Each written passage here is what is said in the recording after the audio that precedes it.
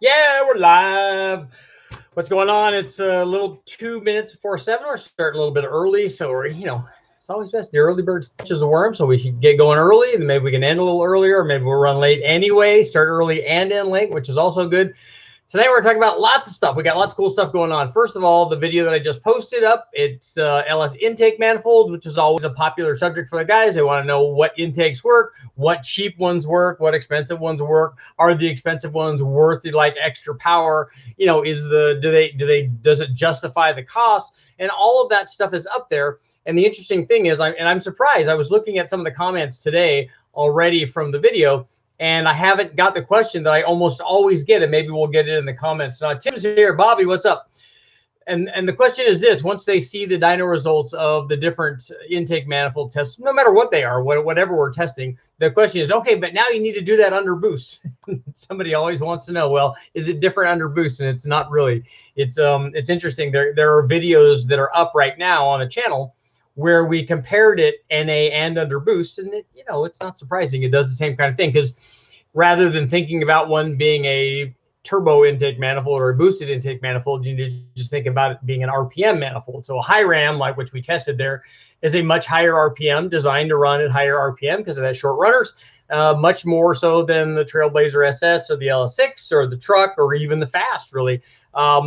Because we had enough camshaft in this motor and we had good cylinder heads on it, it was a 6-liter, we were able to make peak power up near 7,000 RPM.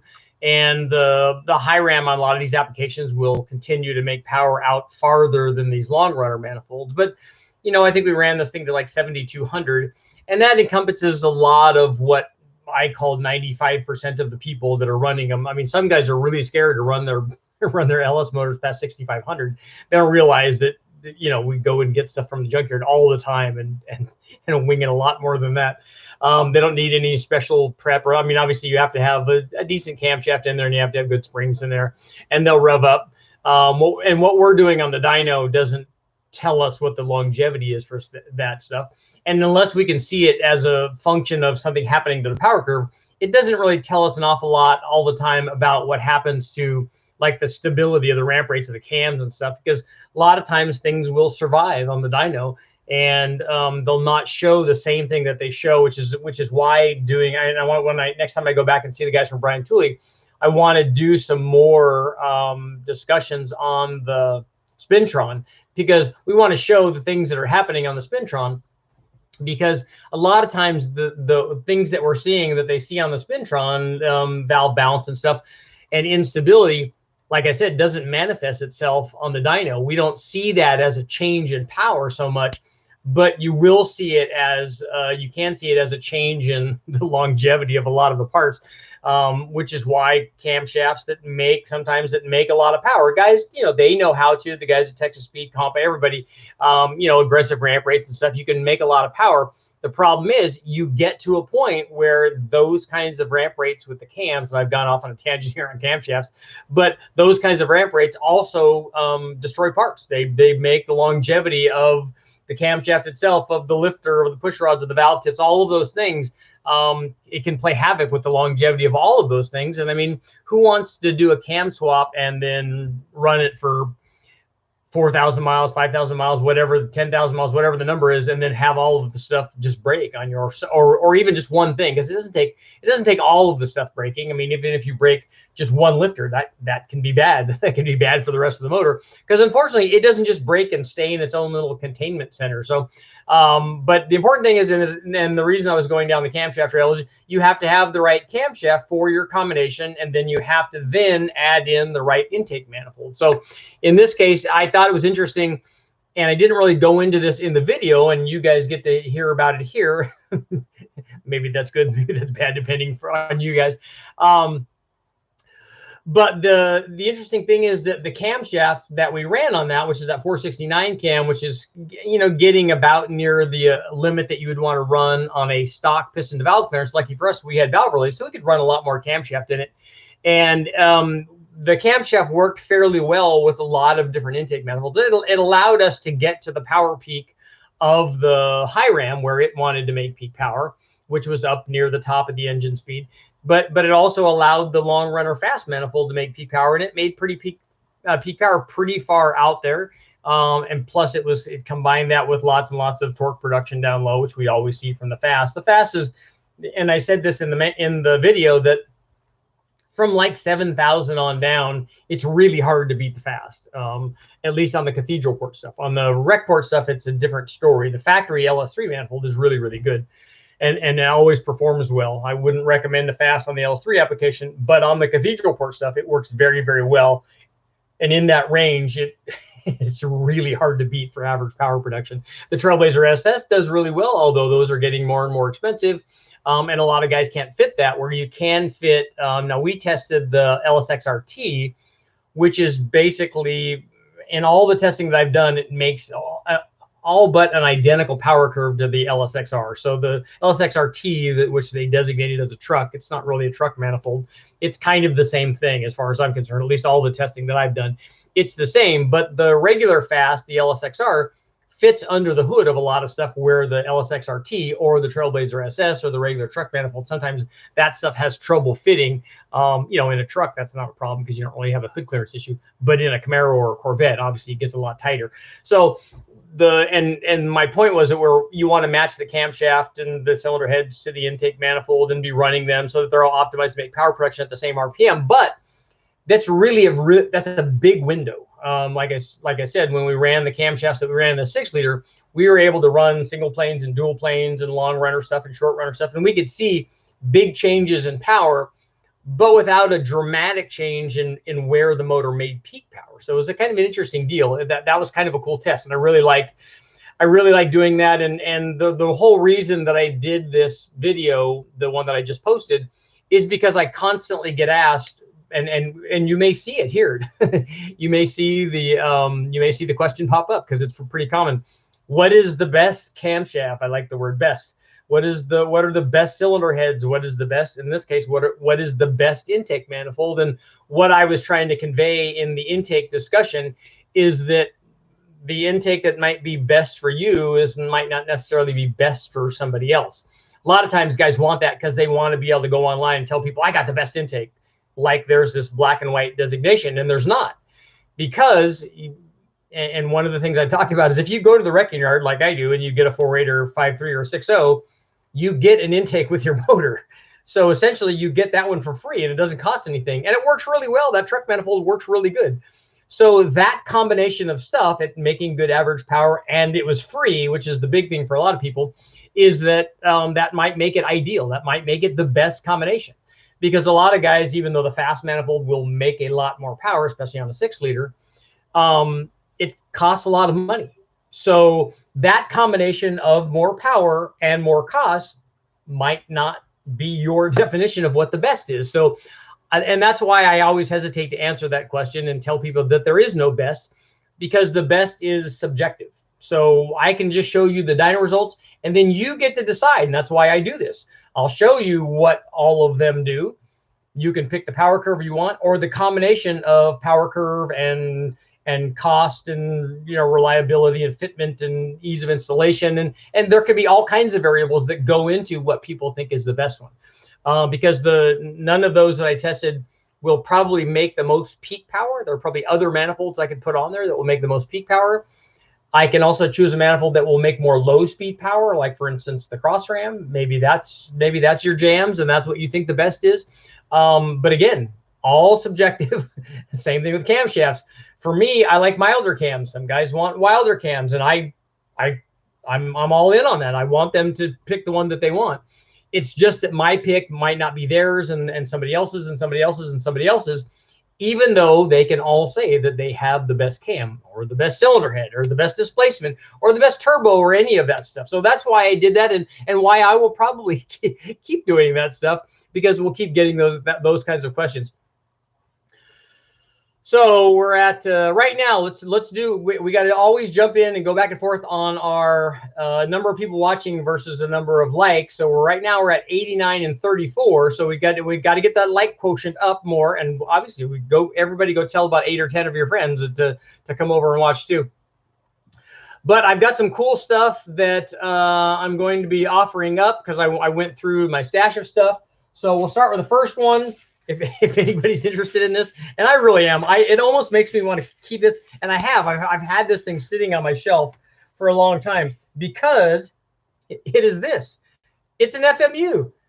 Not only is it an FMU, but it's never been run. It's been hermetically sealed in its package. And this one came from VORTECH with one of the kits that I got that I did some dyno testing on. And actually, when we run it, we run all of the stuff with the right size injector and the right programming and all of that stuff. So this isn't really necessary, but I used a lot of these back in the day with the 5-liter Mustang stuff when we would put 24-pound injectors on it, put an FMU in it, and close the rail or close the return line, jack the rail pressure up, get extra fuel enrichment, and that's what this does. And the cool thing is that it does it with almost any kind of return style fuel system. So basically you're closing the return line and jacking the fuel pressure up, more fuel pressure to the injectors, assuming you have enough pump, then more fuel flow to the motor. And so guys were using this back in the day for the fuel stuff. If you are interested in this FMU, let me know. I'm going to go ahead and put my email address down here and let me know if you're interested in that. All of this stuff is basically, guys always ask, okay, well, you know, how much do you want for it or whatever. It's always going to be like 50% of where you could buy it if you're buying it from Summit or somebody, just because I happen to have it.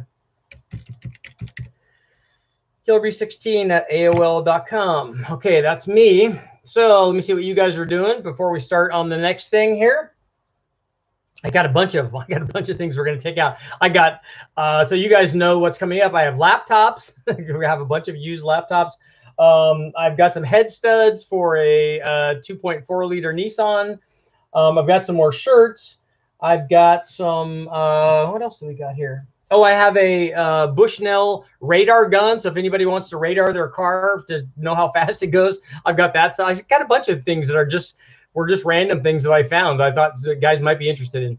So let's see what you guys are saying here, and then we'll wait for some more people to arrive and we can talk about more of this stuff. So Admiral didn't see a cross ram tested. There is a cross ram tested. I tested both the Edelbrock and the Holly versions of those cross rams. So both of those videos are up. Grant's on time today. Michael's here at the beginning. Rick, if he's swapping from a single plane intake to a stock truck right now, he's going to be really, really happy. Iron Legend in a 2,300-pound car with a 6-liter sloppy stage 1 with twin GT45s be too much. It depends on how much power you want. Those things will support about 1,300 or 1,400 horsepower. If all you're wanting is less than that, then I would put smaller turbos on it. Like twin GT35s would get you to 1,000, so that would be much more responsive on that combination. What will an Edelbrock Performer intake do on a 5.3 LS? Look at the LS intake test that I did, and there's a dual plane on there, and that will kind of show you what the Performer intake has pretty good low speed response, better than the truck, as a matter of fact. But then it doesn't make as much power out in the mid range and at the top.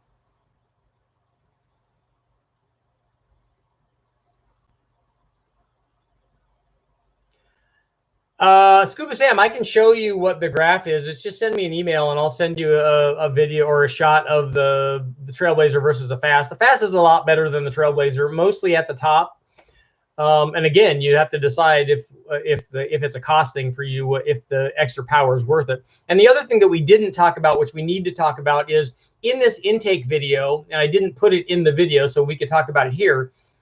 In the video, you see the differences in power offered by the different intake manifolds. The question always is, one, what will it do under boost? And basically, it will do the same thing. So if we run both of the manifolds and one makes more than the other, if we run both of those manifolds at the same boost with an electronic wastegate controller, the one that made more power NA is also going to make more power under boost. But I've been telling people that for years and years, going way back. But the reality is that's not the whole story, because the rest of the story is, again, and we've talked about this many times, is that if you have an S475 or 7875 or some other, or twin GT35 turbos that are like 1,000 horsepower deals, and I just pick that as an arbitrary number, it could be 700, 600, whatever. If that's going to be the determining factor on how much power this motor can make, I would never spend the money on a fast manifold over the truck manifold. Truck manifold does well enough to get to the limit of that turbo. So it doesn't matter that if you, for instance, if we have our S475 turbo and we run it on our combination with the truck manifold and turn it all the way up until the turbo doesn't have any more to give, you won't make any more power with a fast manifold on that combination. It just, the turbo doesn't have anything more to give. So it's flowing all of the air that it can flow, basically. And so the fast manifold won't help you. It will help you at any given boost level if you test it like that. But once you go to maximum, and then the thing is, if let's say that the fast makes 20 more horsepower than the Trailblazer intake, that's 1 pound of boost. So you get the Trailblazer intake or even the regular truck intake and turn the boost up a little bit. And then that cost you nothing. It didn't, because a fast manifold is going to cost you, once it's all said and done, I'm sure it's going to cost $1,000. So I would rather turn it up a pound of boost or something like that than not spend the $1,000. It makes a lot more sense in a limiting deal like that. Now, if you're trying to build a pro mod motor or whatever, you have to get the best of everything and do that. But for most of us in that arena, you don't have to do that. So I wouldn't do the intake upgrade. I would do it if I was doing it NA, but again, you have to decide, is the cost versus the reward versus and the return, you know, the cost and the return. Do you get enough? Does it justify the cost? And only you guys can decide that. But it would be more important on an NA motor because you can't turn the boost up, which you could with you have a turbo. So let's see what else you guys got going on. Michael wants to run an LSD 8000. You can do that with the right springs and the right cam profile. And if you want to make power up there, you also have the right intake manifold, and cylinder heads would be good. Tim, I haven't measured his question was, does the TBS have 9.5-inch runners? I've never, we usually do it with string. And I haven't, if I did measure it, I'd have to go back and look. I don't remember what the number was.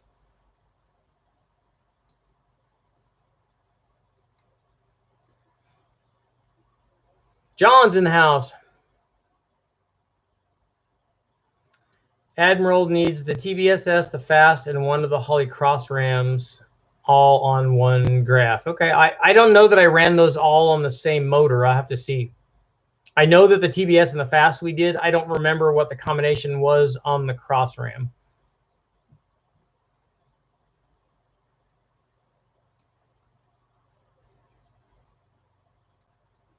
Joe wants to know what the European equivalent of the LS engine is. Like a European engine, you do another big bang. Mercedes makes cool stuff. You know, Audi does, BMW does. There's lots of good ones out there. A lot of guys point to the Nissan and the Toyota, which would also be good.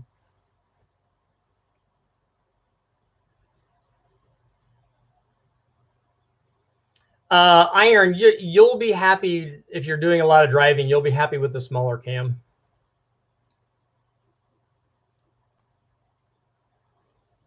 Iron, imagine running a Holley high ram. Yeah, the high ram is going to be more of a high RPM kind of thing.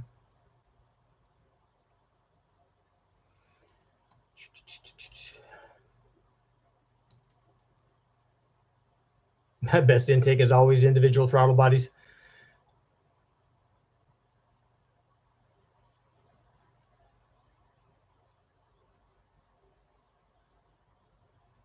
Grant says AFR has some new heads coming out. They call them the 12R. That would be some real Price is Right stuff with the trick flow guys, huh?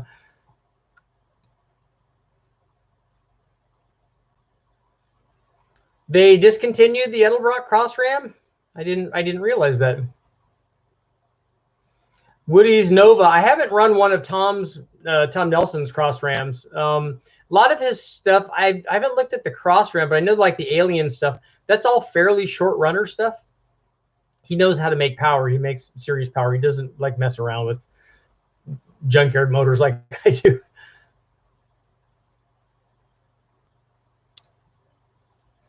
Rob, understandable. What would you consider the max RPM for a stock bottom end? Well, a lot of these guys are running these stock bottom end motors to 8,000. That's what I'm talking about, because it's not the bottom end that's going to be the problem. It's going to be the valve train. Coleman, yes, I do. We do have stuff that's cool in the works. I have this. Where's my flange at? There it is. Here's the intake flange for the 4200. That's super cool with the O-ring receiver grooves. So we're going to make a custom intake for that, which will be good. And then we're going to go down and do some testing here pretty quick. Dylan wants to know, are turbo cams worth it and what's the difference? They seem to have similar specs to truck cams. If you're putting a turbo on it and you're buying a cam anyway and you're going to put a turbo on it, then just get a turbo cam. If you already have a cam, the cam that you have will be a turbo cam. It will work just fine. The Show-Filled Motorsports, this came from a 5-liter. I think it came from a 5-liter Mustang kit. Tim, I don't know what the ratio is on this one. I'd have to see. I'd have to look up the part number. Here, somebody can look this up. If you can see that. There we go.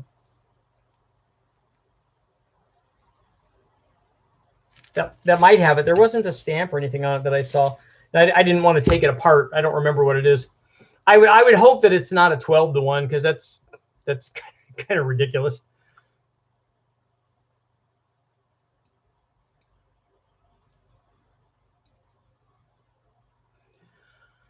Black Blood, what about the runner size? Because I saw ported long runner intakes make decent more power. If the runner itself doesn't flow enough and you can port it and make it flow more, it will improve power. But just porting that runner doesn't dramatically affect where the thing makes peak power.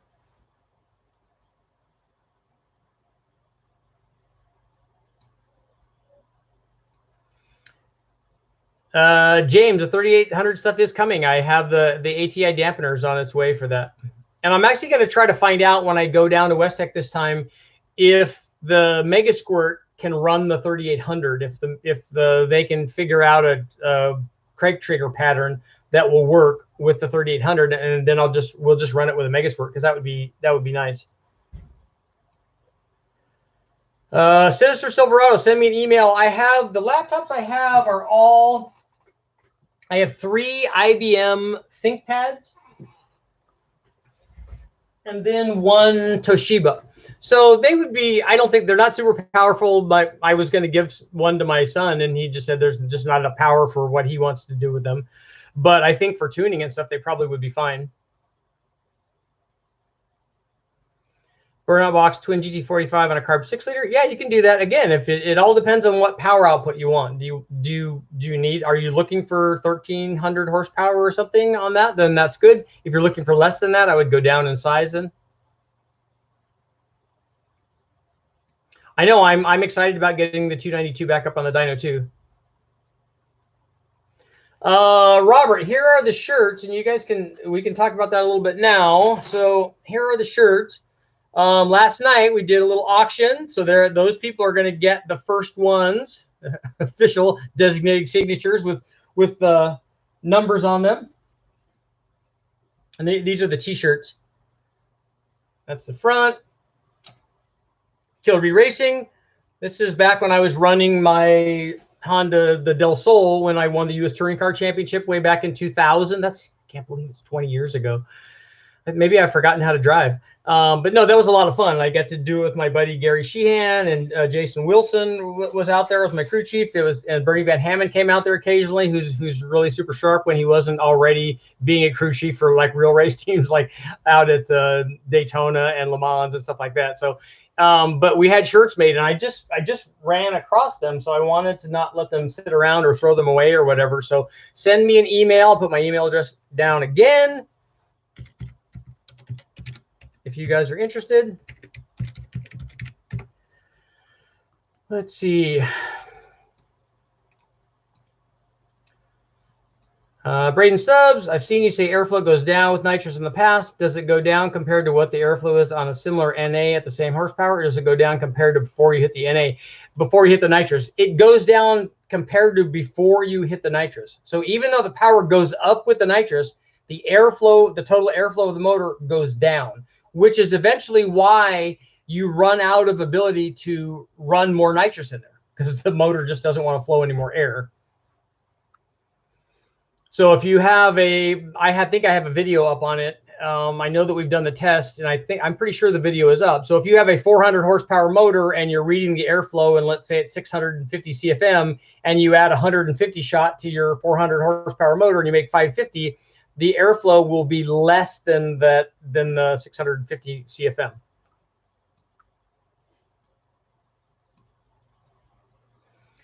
Jose, unfortunately, don't have any 2Xs in these. I have extra large. And large. That's it. Parker, did the cam in the 351 Edelbrock top end kit was pretty good size. I don't know. I didn't ever try to get it to idle to see what the idle vacuum was. Robert, I haven't run the 4.3 yet. The next thing I do with that is I'm going to try to run an LT1 5.7 with a couple of mods on it, and then we're going to swap the parts on them. Edgar, let's see. 6-liter LS with a PT 88.96, so the response be good on it. That's a pretty good sized turbo. Are you needing that much turbo? How much power are you trying to make?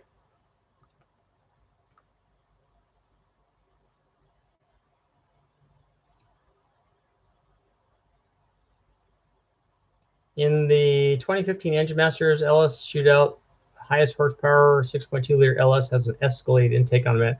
If it's a 6.2, it's a rec port motor. Those factory truck intake manifolds make as much power. The ones that I tested made an almost identical curve to a factory LS3 intake. So the truck intake for the rec port motor is every bit as good as the LS3 intake manifold, and it's just a different shape and a different size. So if they ported it, that should work good, because I've heard good things about the ported LS3 stuff. I just have never tested one.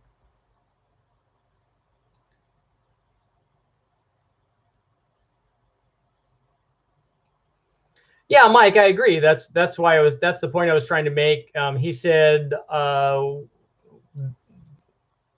the answer to the question of which is best is you have to find out what it's going to be used for. So that's what I was trying to tell them. A high ram application is going to be a different application than a stock truck intake manifold, because you're wanting to make power at different RPMs. And so you're probably going to use those motors for different things. The 455 is not back together yet on the Buick burnout box. Dylan, see, and that's one of the things that I brought up in the video. Is he said I got the Speedmaster intake with 102 millimeter throttle body and fuel rails for $300, which is a good deal, and he did it just for the looks, because he doesn't like the way that the truck intake manifold, or as I called it in the video, and you guys, we should maybe do a t-shirt on this. I now call that the ugly truckling. So that's copyrighted. Yeah, the poor truck intake manifold is not very aesthetically pleasing. The ugly truckling. LQ4, let's see. Rubber City, LQ9 with cam and springs. Will 706 heads and Lsxr intake that I already have get me 500 tire, or should I get LS3 heads? It depends on what cam it is. It's going to take a fairly good sized cam to get to 500 flywheel with 706 heads, if the 706 heads are stock. You would be better off getting, and then the LS6 intake is not going to be ideal either, but you will definitely get there with LS3 heads. The stock LS3 heads, the stock LS3 intake, or the truck intake, and then any kind of 231, 247 kind of cam will get you over 500. As a matter of fact, that combination got closer to 540, I think. I have not tested the Toyota one UZ FE V8. T70 T4 hot side will probably work on that. That motor is like a 300 horsepower motor, if I remember right.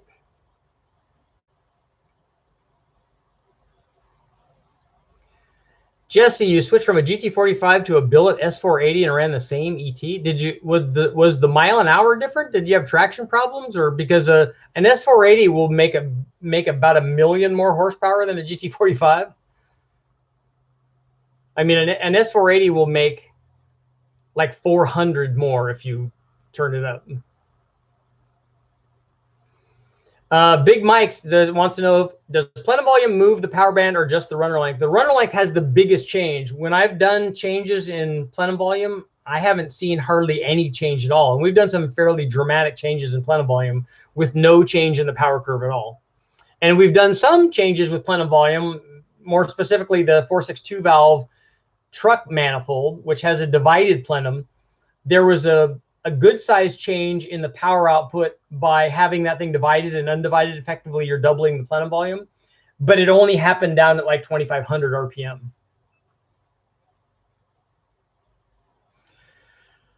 Thanks, Mohammed. Glad to help.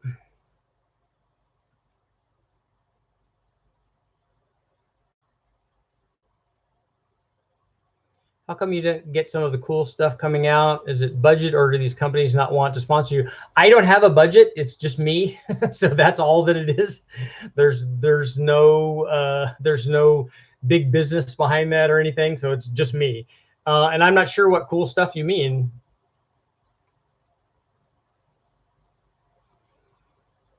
Mike, I'm sure there are guys running LS motors to 10,000. The guys at SAM are.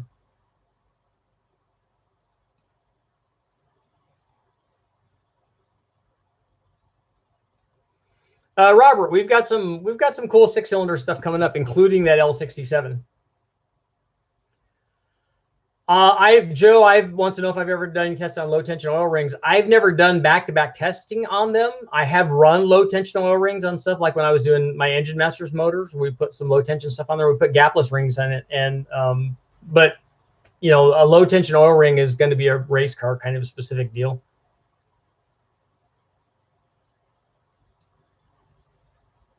Robert wants to see an Iron Duke.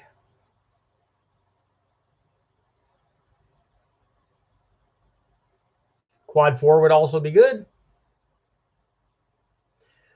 Joe wants to know, why do people always recommend rod bolts for LS builds? Has anyone ever seen the bolts back off or rod shooting out cause the... I have never heard a rod or a bolt. Whenever we break something, I mean, I have broken the rod, but never the bolt.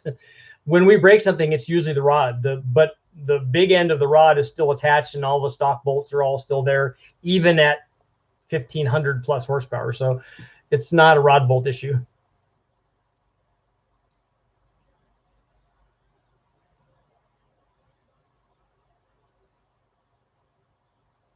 I'm sure Exmo wanted to know if somebody ran Quad 4 at Bonneville back in the 90s. I'm sure guys did. They built them, the guys at Batten and Fueling built them for the Aerotech and set some closed course records with them. And they were running 50 or 60 pounds of boost or something, but they were making a lot of power.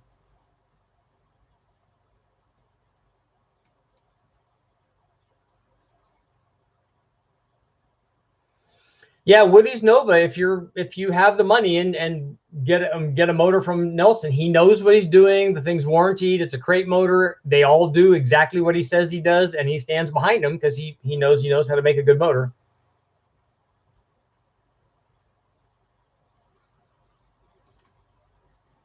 Showfield Motorsports. How does the 4th gen rocker stand up to, say, a sloppy stage 2 cam?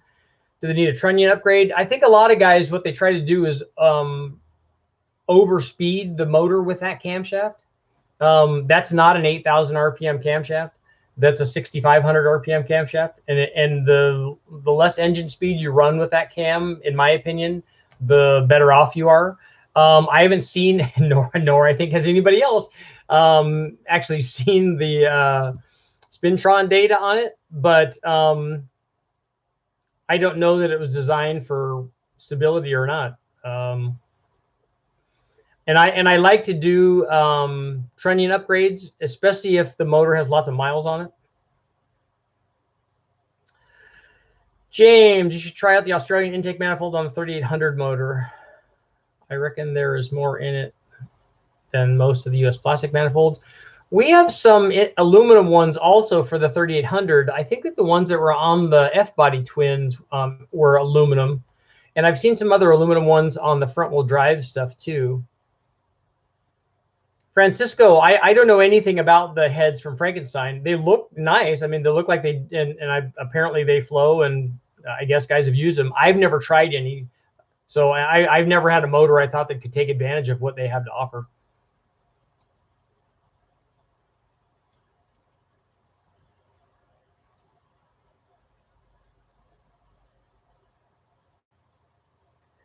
Robert is saying it's most likely just a weak point, same as the Honda B18 B1s or the Honda LS, because the rod bolts are strong enough to handle boost over 10 pounds or so. They've been known to snap. The rods have been known to snap on a Honda. I've run a lot of boost on stock rods and stock rod bolts on the Honda stuff, because I had people tell me the same thing. Oh, you can't do that. They're going to break. It's an open deck. You'll break the rods. They won't. Well, we ran endurance racing in the Honda B series motors, and that means 24 hours of 8,000 plus RPM, million shifts and stuff, and they work great. And then we ran boost to it. When you put ring gap in them, they do the same things that a lot of these other motors do. Is they last a long time, even with an open deck, even with rods that'll break and bad rod bolts and stuff. That's not usually the problem. I've not done anything with the Ecotech. Yeah, Mike, all of the rods that we've broken on the LS stuff, the big end's still there. Rod bolts are still there.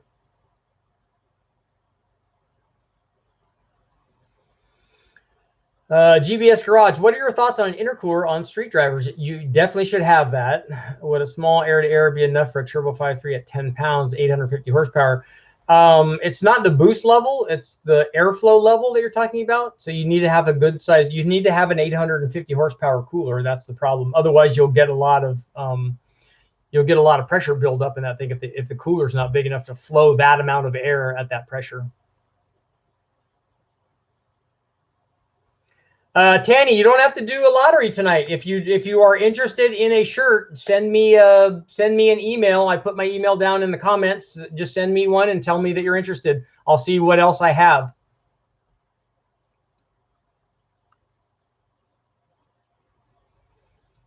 I'd be super interested in vintage engine tech. You know what I saw the other day when I went to visit my new friend up here, up the road from me, when I was taking a look at all of the 4200 stuff, is he also had a little AMC 6-cylinder. And I don't know enough about AMC 6-cylinders to even know which one it was, but I think he said it was running. It looked an awful lot like a Slant 6 or the Chevy Inline 6. And he had some of the really cool earlier Chevy 6-cylinders, and he had aluminum heads for them. So there's some really cool stuff that I'm going to be doing with him later on. But he did have that AMC, and maybe I should run that thing on the dyno, whatever it is.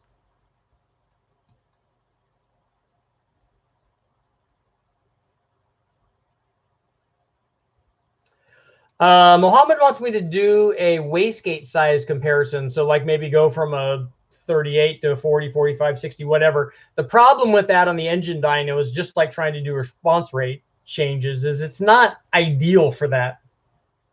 On the engine dyno, we sometimes struggle with having enough wastegate to control the boost, whereas that seems to not happen out on the street. Out on the street and on the chassis dyno, a wastegate size seems to work fairly well, a single one, like a single 45. But when we try to run on the engine dyno, maybe the way that it's loaded, maybe the way that the acceleration rate is controlled on the engine dyno, but we usually have to put more gate on it, which is why when I've made my systems, I run 2 45 millimeter gates, because out on the street, that's not really necessary, not for the kind of turbo and power outputs that we're doing. So it's an interesting thing on the engine dyno.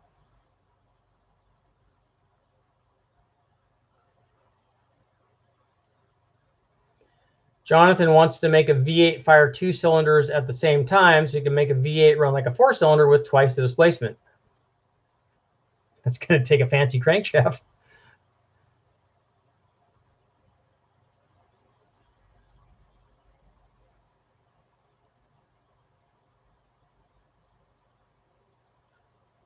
Francisco, a 10-degree valve angle is going to be pretty good. Lots of race heads are going to those shallow valve angles. Yo, Matt Mullen is in the house.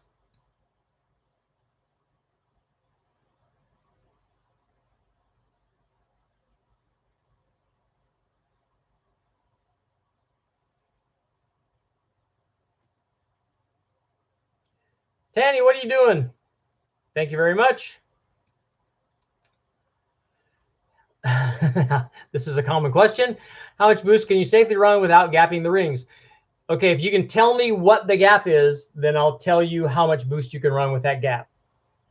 But the problem is we don't know what that gap is. Sometimes they're down as low as 13, which is really, really tight. Sometimes they're, we've seen them in the high teens and even low 20s sometimes, which would be enough to do a lot of boost. Let's see, an 01 truck 5.3 Dorman fast. I think you mean Dorman LS2 because it's not a fast manifold. Intake, gapped rings, 2 GT45 set low. That's a lot of turbo for a 5.3. Cam and springs for 500 to 600 horsepower. Well, if you're going to try to get 600 horsepower, you need to take one of those GT45s off and just use one of them. And then I would put a stage 1 or stage 2, either NA or truck or turbo cam on it. That will do everything that you want, unless you're trying to max those 2 GT45s out and try to make 13 or 1400 horsepower. Then I would put more camshaft in it.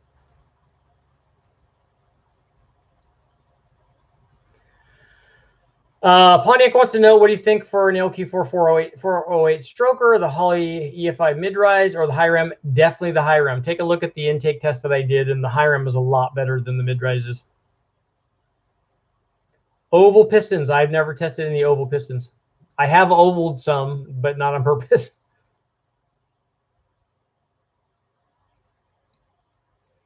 Can the Ecms you normally use at Westside only run V8s? No, we can run lots of different engine configurations. 4-cylinder, 6-cylinder, 8-cylinder. I think that the Holley will run 10-cylinder stuff.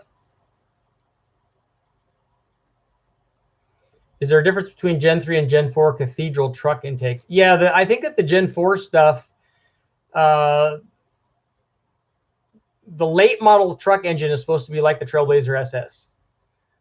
If they're both the early style manifold, it will be the same. But if there's a big difference between the look of a Trailblazer SS or a late model truck intake and then the early one. They look completely different, and there's a difference in power too. And the later one and the Trailblazer SS definitely has an advantage over the early truck one.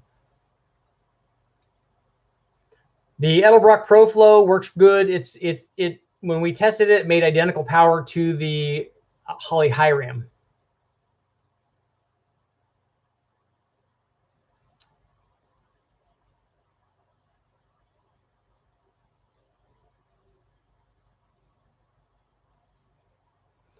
I've run the Speedmaster downdraft setup on the LS2, and I think that video is up. It performed pretty well, but the problem is the drivability is going to be really difficult.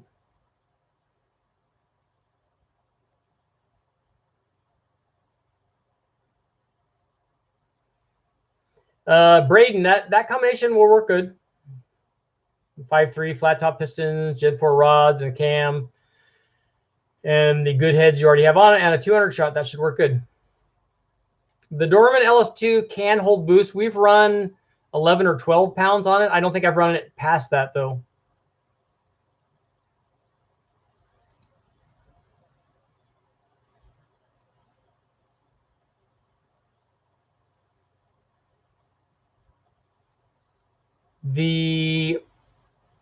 Okay, Braden, so this is an NA motor that you have. The factory throttle body will go way more than 400 horsepower. We've made lots more than that with the factory throttle body. Have you run a BTR and a Holley sniper? Which sniper are you talking about? Like the race sniper or the regular sniper? Which one?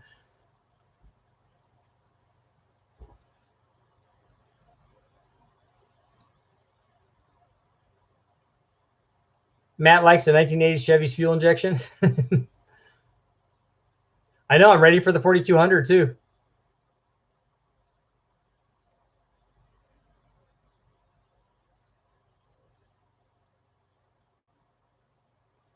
LQ9, ported and polished 2-inch intake, 862 heads, Lsxr intake with a 232, 241 cam. Can it make 500? Yeah, you can. You can with that combination. Depending on how well you did on the porting, but that will go over, because we did that with a stock set of 706 heads.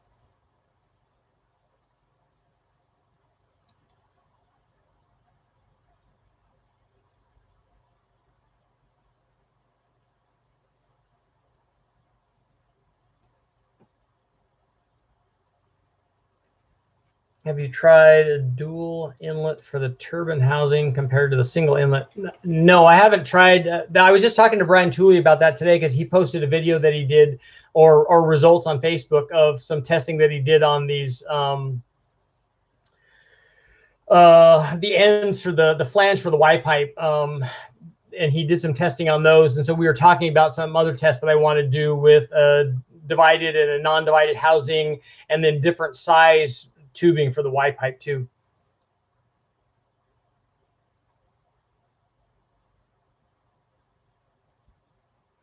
The car the LS1 intake is not good. The LS6 intake is good. The Trailblazer SS is good. The LS2 is pretty good. The LS3 is good. The Impala V8, that the transverse mounted one, I haven't run that intake yet, so I don't know how it compares to the others.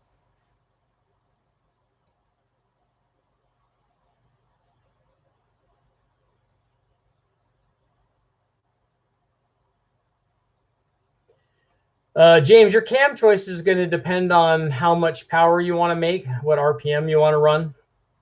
There's lots of cams out there for that 3800.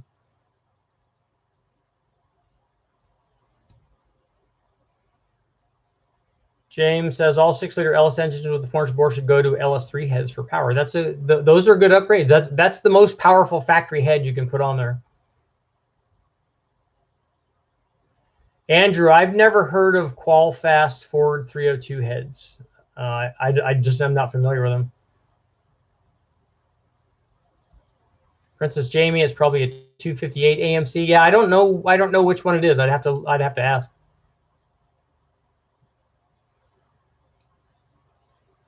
Yeah, 850 horsepower, 10 pounds on a 5.3. That's doing pretty well.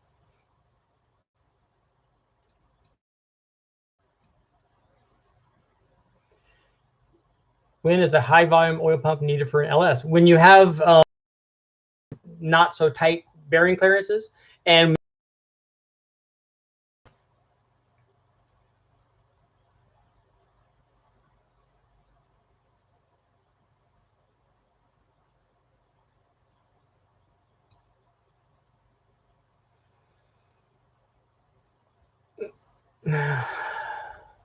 Mike says he's seen rods break a cap and still the bolts are intact. Yep, we've seen that. Rod bolts can go and they're cheap insurance, but it's a waste of money though, in my opinion. And I love the guys at ARP and I recommend their head studs and all kinds of things all the time. But rod bolts for an LS are not something that I would put on, especially if I'm going to run the factory crank and the factory bearings and the factory lifters and the rods and pistons and just reuse the factory rings and all that stuff. I'm definitely going to reuse the rod bolts.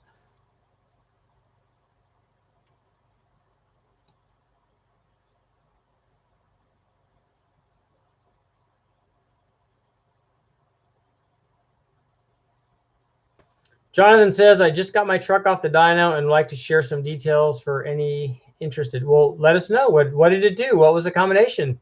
Send me an email, whatever you got to do. Woody 74 Nova, he beat up his gremlin with a 232, a cam intake, and 16 years old. Cool. I know nothing about that 6-cylinder. I don't even know which one it was.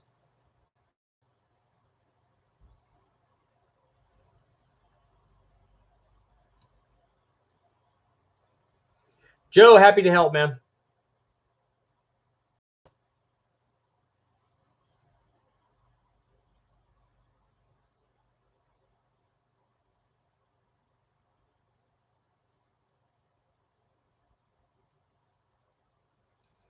Yeah, 28 thousandths is good for ring depth. Ira's in the house.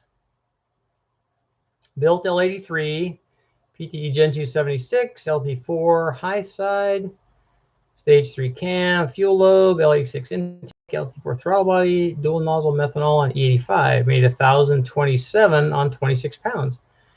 And injectors were in full duty cycle. So was that that was all of it then, Jonathan? Was that all the fuel that you guys had?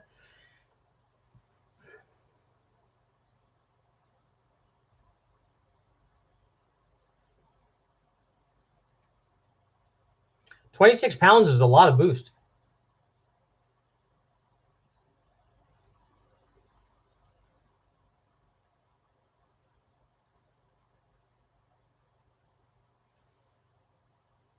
Devin wants to know if you mess with the Haltech intake with individual throttle bodies. Is that, it must be a cross ram if you're saying the runners are laid over then. And I have not run that Haltech one.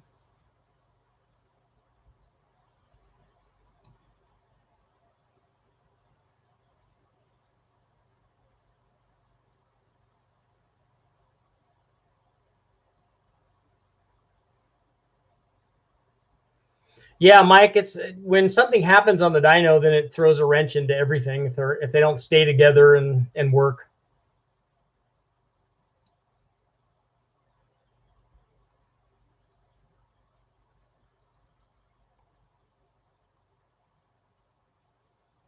Night Baser, that's 500,000 miles of having never been apart. That's a lot.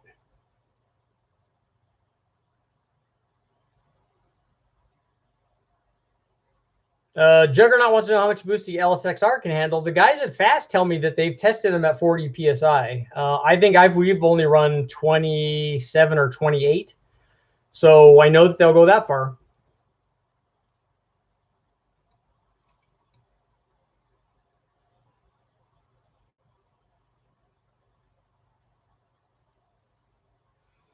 Ryan, you need to add boost to your K20.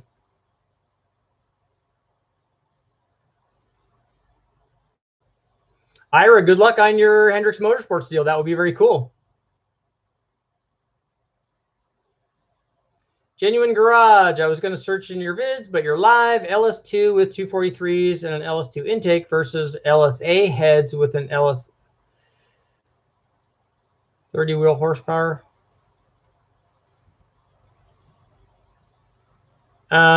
Genuine. It says versus LSA heads with LSA heads. I don't.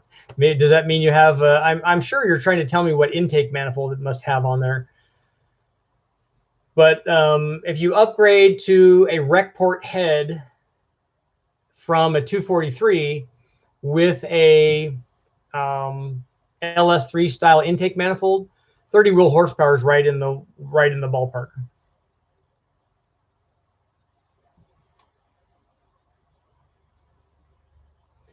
What's the maximum power LS1 can make on stock injectors? I don't know. I don't remember what the LS1 injector size is.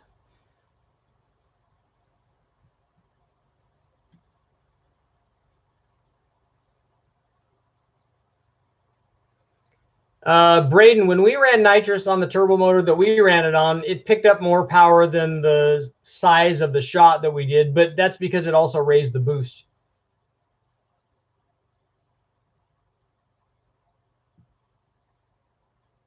What's your opinion of Magnuson superchargers, ProCharger for street strip use? All of those work. The Magnuson and the ProCharger, I'm sure you know, are different superchargers. One of them is a centrifugal blower. The other one is a positive displacement blower. Magnuson makes different size blowers, and so is ProCharger. So there's lots of different stuff to talk about and choose from there. But all of them have the ability to make a lot of power. The centrifugal is going to have a rising boost curve, and that the Magnuson is going to have a more linear or slightly rising boost curve, but it's going to start out with a lot more than the ProCharger will because it's positive displacement.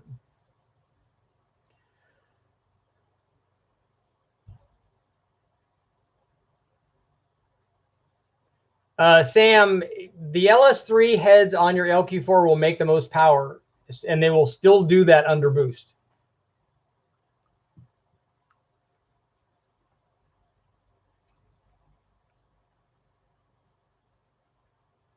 Thanks, Woodies. Okay, we're getting up there toward the end, so if anybody's interested, I got this lovely FMU. Send me an email. We've got shirts. KILLERBEE Racing. Oh, I forgot about this. Does anybody need a radar gun? I wonder if I shoot that at myself, I could see how fast I'm going. Wow. Apparently I'm going 700 miles an hour. Yeah, going fast. So if anybody needs a Bushnell's a good one. I used to use it for my son when he was playing baseball to find out how fast the pitchers were going. I'm told that you can on a vehicle that it will measure up to 200, I think it says. So if anybody wants that, we'll give you a sweet deal on it. We've got that. I've got these. If anybody needs a laptop. I got a bunch of IBM ThinkPads, and then one of these. This is like a Toshiba. Got some dust on it. Oh, and the other thing I got for anybody, you can take. Can you see that part number there? That's for a Nissan KA, the 2.4 liter 240SX. Those are head studs for that. So if anybody's interested in that, we've got that stuff. Make sure to send me an email.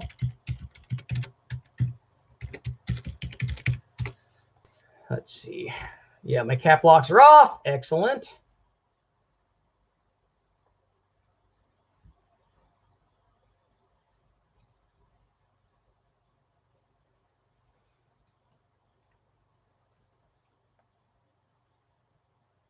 And if you've got, I was talking to you about the 706 heads and the Lsxr heads. The Lsxr heads will make more power, but again, it depends on how much power you want to make. If you have a turbo that's going to ultimately limit the power, and you can make it with either one of the heads, put the smaller head on, because then you'll have more response, which may be good and useful for use with the Power Glide.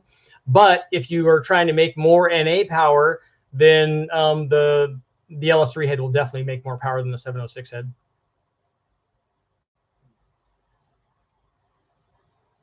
Charles wants to know, any plans for a Chevy LFX? Other guys, tell me what that is. I don't know what it is, but I'm all in for making adjustable intake manifolds though. Princess Jamie, all this high horsepower talk, and I'm building an old school small block Chevy 5.7 with a quadrijet on a performer intake with a truck cam. That's the perfect kind of motor. Those are awesome. I love getting.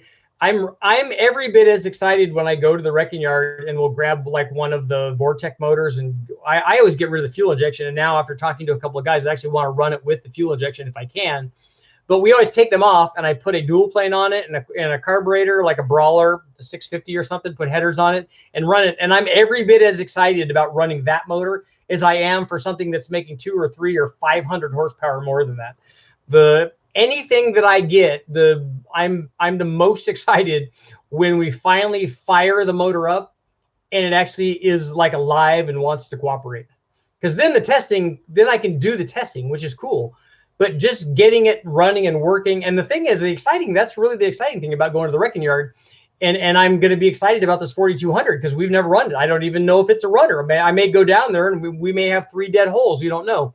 But if we put it up there and it runs and it starts and runs and has oil pressure and sounds good and it's all, I'm like, look, that's like a brand new motor then to me. And so it's very, very exciting when that happens because that's just cool stuff. I mean, that's a whole running motor that you just got for whatever the cost of the, of the deal was. So that's super cool. So even that motor, you should know that that's still super cool. It doesn't have to make 1,000,000 horsepower to be awesome.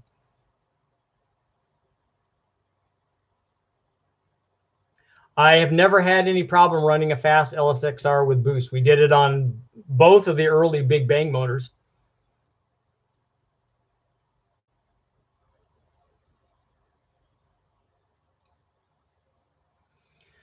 Jonathan, do you run EGT probes on your boosted engines? Not normally. We rely more on the air fuel meter to tune them.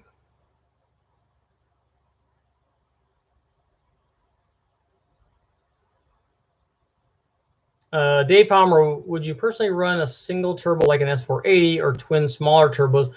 Well, the GT45s I think will make more than the S480 will, but 5.3 forged piston jet 4.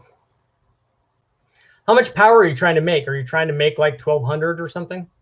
I think I would go with the single S480. Jason's getting anxious about the revised 351 Windsor Big Bang.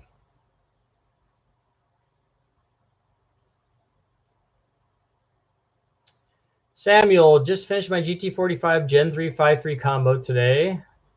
You're welcome. That's all good. Still got a bunch of tuning, but how much boost would you run on a 119,000 mile engine? No ring gap. What are my failures? Well, your failure is going to be the ring gap issue. First of all, it's got to be tuned right, and because you could break it very easily with too much timing, and not enough fuel takes a little bit longer to break it, but too much timing will break it immediately. The ring gap will, if you don't have good control of the boost, that will also break it. Sometimes insufficient fuel supply, like not enough pump or line or regulator, those kinds of things. But then you run boost, and as long as it's tuned right and you have enough octane and all, and an intercooler and all that's working, then that's good. And then you start turning the boost up, and then you'll get to a point where you'll break it because of ring gap, or you'll be out roll racing on the freeway and stay in it for too long and put too much heat in it. And you may also be one of those guys that it just lasts for 15 years like that. So the answer is, I guess it depends.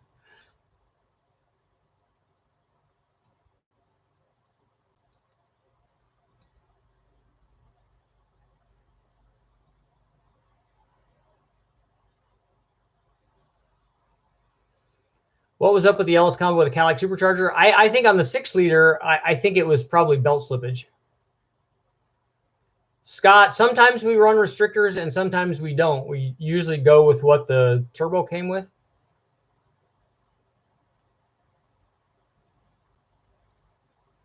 A 706 or a 206? Which what head is a 206? An LFX is the 3.6-liter double over cam V6. Is that the which V6 is the LT based V6, like the newer one? What size is that?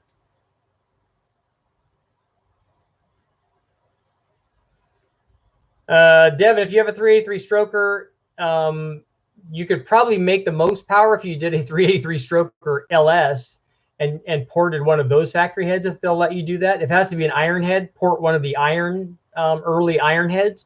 I think that would make more power than any of the class legal small block Chevy heads, like a VORTECH head or a Fuelie head.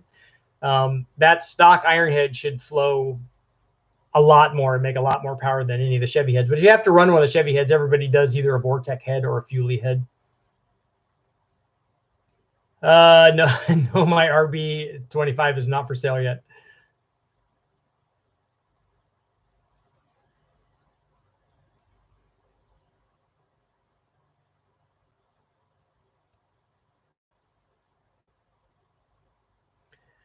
Chad, the guys at Westtech have done the 4-pattern cam test.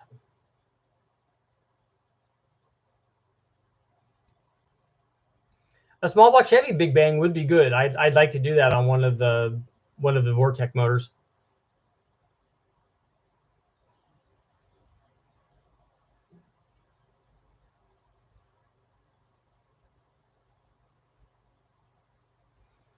Trevor wants to know if you ever run an engine on propane. I know two people that have run small block Chevys on propane. You are going to get your wish probably when I get back from Westtech. We are going to run a motor on propane. Not only are we going to run it on propane, we're going to run it on propane on the engine stand. So it will be awesome.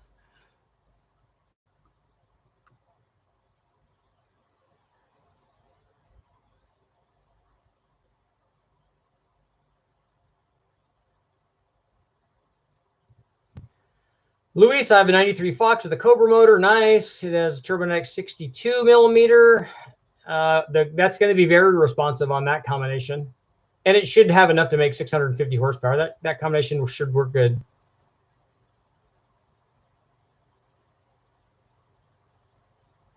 Yeah, Mike, my connection is not always good, but although I didn't see any notification that it was getting worse, though. Tim says the L3V, okay, is the 4.3-liter Gen 5 V6. That's the one I kind of want to do some stuff with. Lucas, the 205 head is a lot better than the 706 head. If the 706 is professionally ported, like from the guys at Total Engine Airflow or other people that can do it at that level, the 706 head and the 205 head can be comparable. Otherwise, the 205 head is really, really good.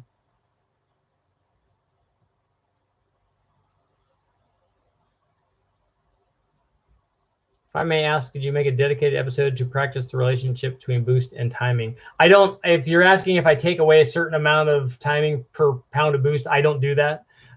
We know what timing to run with a given boost level.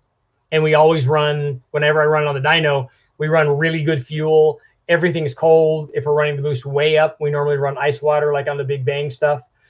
And I do have some videos up on what effect on power different levels of timing have at the same boost level, which will show you what happens when you have to take timing away to run on pump gas, for instance.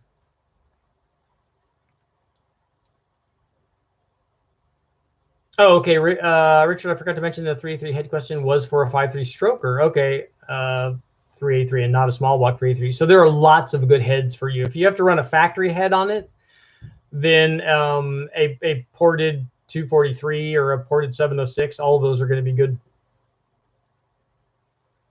GT35 would be good on a stock 305. You're not going to make a ton of power, but it would still, it's like a 500 horsepower, maybe 600, but probably not on that size motor. It would be a 600 horsepower turbo on a smaller displacement motor, but it should be pretty responsive though.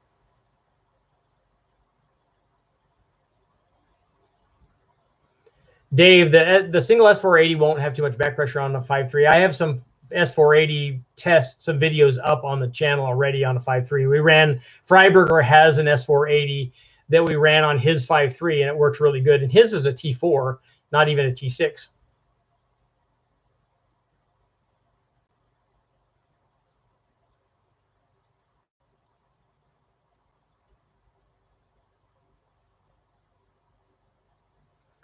Do you think that, James wants to know, do you think the 3800 V6 is underrated? If you mean, I don't know if you mean underrated in terms of power, or does it mean, do I think it's underappreciated? I think it is underappreciated. I think it's a good motor and it has plenty of potential. The things that I don't like about it is I wish it had an aluminum head, or aluminum heads were available for it. I know that guys made those a little bit and probably didn't sell very many, which is the problem. But I wish somebody from offshore or Edelbrock or one of the big guys made heads for them. Same thing as I wish that they made the, a readily available aluminum head for the 4.3 liter V6. I'd like to see aluminum heads on stuff because I don't like dealing with iron heads. Ever run E85 through a converted carb? I have run E85 through a non-converted carb. We just jetted the thing way up. I did that on the 6-cylinder with the turbo on the 292 Chevy with the turbo on it. We had that 500 CFM Holly, and I just put the jets up to 100, and it worked fine. Lucas wants to know what state WesTech is in, and do you have an apprentice program? I don't have an apprentice program. I don't work for WesTech. WesTech is in California, and I don't know that they have an apprentice program. But you could call them and tell them that you would like to work for them and ask them if there are any openings. Does a 4.7 swap on a stroker LSX have any gains? Doesn't an LS already have the 4.7 swap?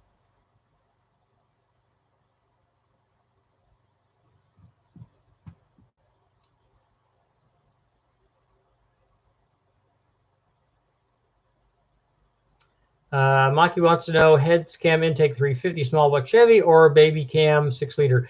A 6-liter will make a lot more power than the 350 will.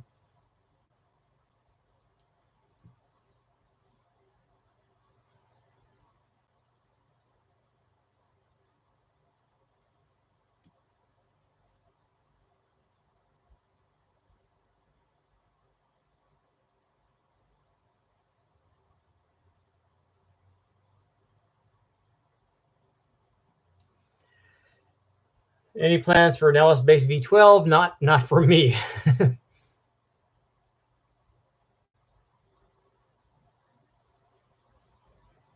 I'm new to the LS. I'm ripping out a 350 tune port. Those are good motors too. They're just really good for making torque.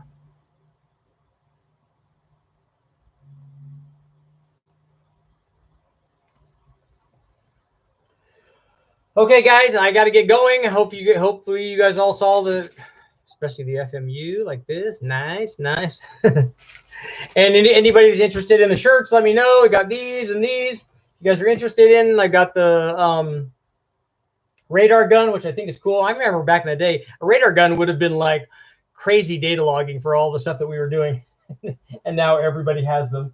And we got in the laptops. If you guys are interested in any of that stuff, let me know. We'll have some more stuff, more car parts. I've got camshafts and all those things. But hopefully I'll be heading down to WesTech pretty soon and trying to get the 4200 up and running, because next week is when we'll actually be doing some testing. It'll be cool stuff. Thank you guys all for showing up. I will see you tomorrow.